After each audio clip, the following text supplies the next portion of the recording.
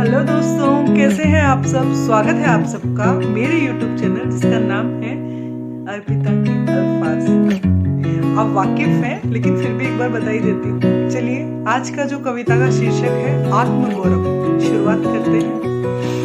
ये एक ऐसे विषय को मैंने लेकर के कविता लिखी है कि देखिए, जहाँ सौंदर्य का वर्णन आएगा तो लोग खूब बढ़ चढ़ कर तारीफ करेंगे, खूब अच्छी अच्छी बातें करेंगे, खूब कॉम्प्लीमेंट्स देंगे, खूब अप्रिशिएट करेंगे, एडमायर करेंगे, एवरीथिंग।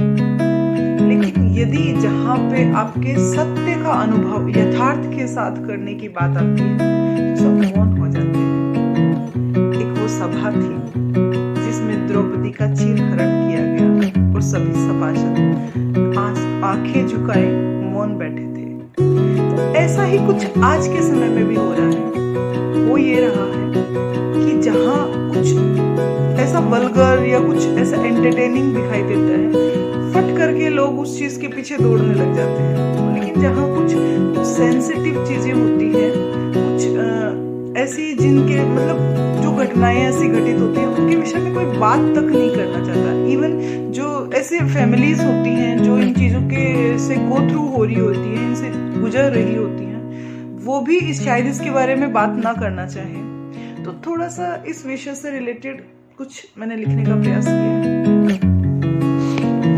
टाइटल है आत्मगौरव। सौंदर्य का वर्णन आने पर लोगों ने खूब सराहा था। सौंदर्य का वर्णन आने पर लोगों ने खूब सराहा था। वाणी के मुखरित होने पर क्यों अधरों पर था मौन बिछा। वाणी के मुखरित होने पर क्यों अधरों पर था मौन बिछा। क्या सत्य वही जो तुम जानो, क्या सत्य वही जो तुम जानो, क्या सत्य वही जो तुम मानो। क्या सत्य वही जो तुम जानो और क्या सत्य वही जो तुम मानो। आदर्शों के ढेरों तले सत्य को जाने कितनों ने कुचला था, जाने कितनों ने कुचला था। अधर मौन थे शीश झुके, सबके समक्ष निवेदन था। वो सबके समक्ष निवेदन कर रहे, हर एक रिश्ते की दुहाई दे रही, लेकिन गौर किसने किया? सिर्फ उस कृष्ण कन्हैया ने, उसके अलावा किसी ने नहीं। अधर मौन थे शीश झुके, सबके समक्ष निवेदन था, किंतु किसी का आत्म संवेदन तनिक भी नहीं पिघला था। जाने कितनी ही नित्यायुग्नि, जाने कितनी ही जनक दुलारी, आत्मगौरव को खंडित करते क्यों पाषाण हृदय नहीं पिघला था। मतलब कितनी ही नित्य युवनियों के साथ में, कितनी मतलब नित्य युवनी द्रौपदी का ही एक नाम है और जनक दुलारी माँ सीता को कहते हैं, सब जानते ही हैं इस बारे में।